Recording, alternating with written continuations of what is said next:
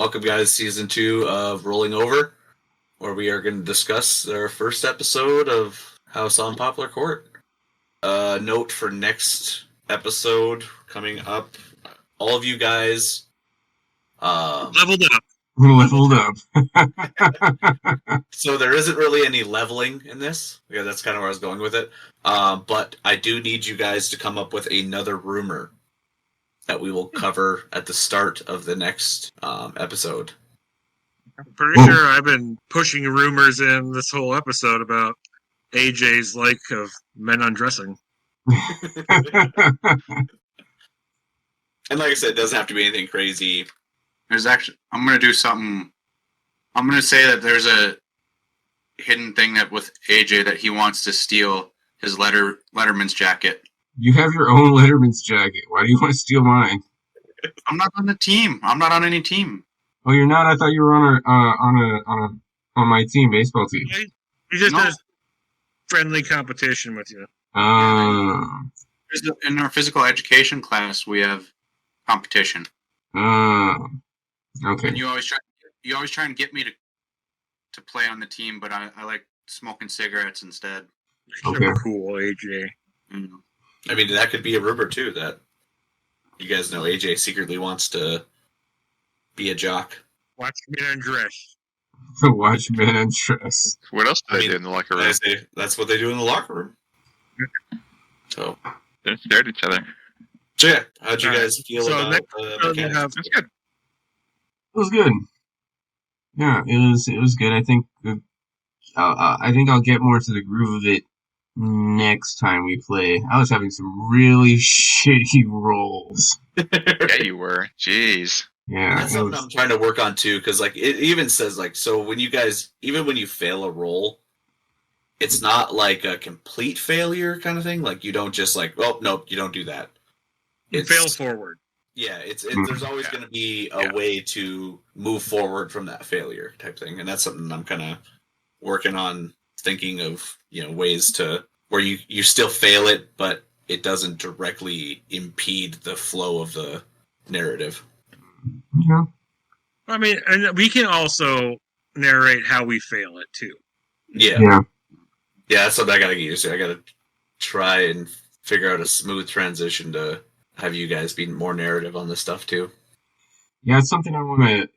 I know it's off topic for this show, but what I want to do with in Curse of the Crimson Throne. Yeah, I mean, I enjoy it. I feel because we all want to kind of narrate what we're doing at the time. Mm-hmm. I know, like I have to talk over at times to get my point across, and I don't want to keep doing that. I don't want to like talk over you guys as you're trying to do something, but something's happening simultaneously with my character, like when he tripped and kicked out the window, or like shit like that. So we just gotta try to figure out a smoother way to do it than like all talking at once. Yeah, and there are levels to like what. So if you guys fail, like by a lot, like it's like a critical fail almost, then it even calls out like there's no narrative from you guys. I just go, dude, you fucking failed. Like, this is what happens to you.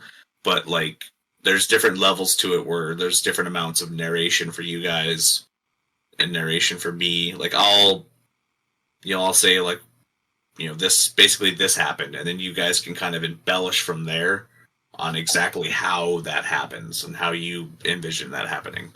It's a very different mechanic than I'm used to. Yeah, I really like it. It's really simple. I mean... You just roll a dice, and it's super easy. I like it. Let's think too. Even we'll get to it eventually, probably not for quite some time, but even combat, like there isn't really anything different in combat than there is just exploring a house. Like it's all going to be just rolls and narrative, basically, which I like. It makes this. It's less crunchy than. Like, especially 5th edition.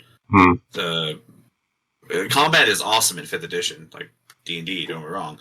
But like all of D&D, the die 20 system is really, when you get into combat, it gets really, like the narrative just kind of goes out the window. And it's just, well, I roll, and then I do this ability, and this ability does this and that. And And this one, How much damage can I do before the bad guy does damage to me? Mhm.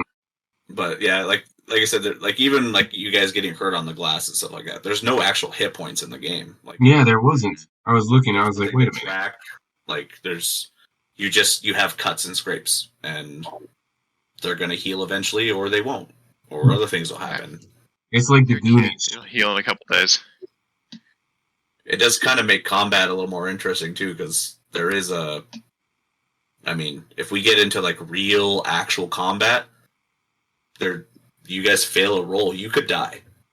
Like there's just like like there's no like middle ground. Like you fail and you fail miserably, you could just die.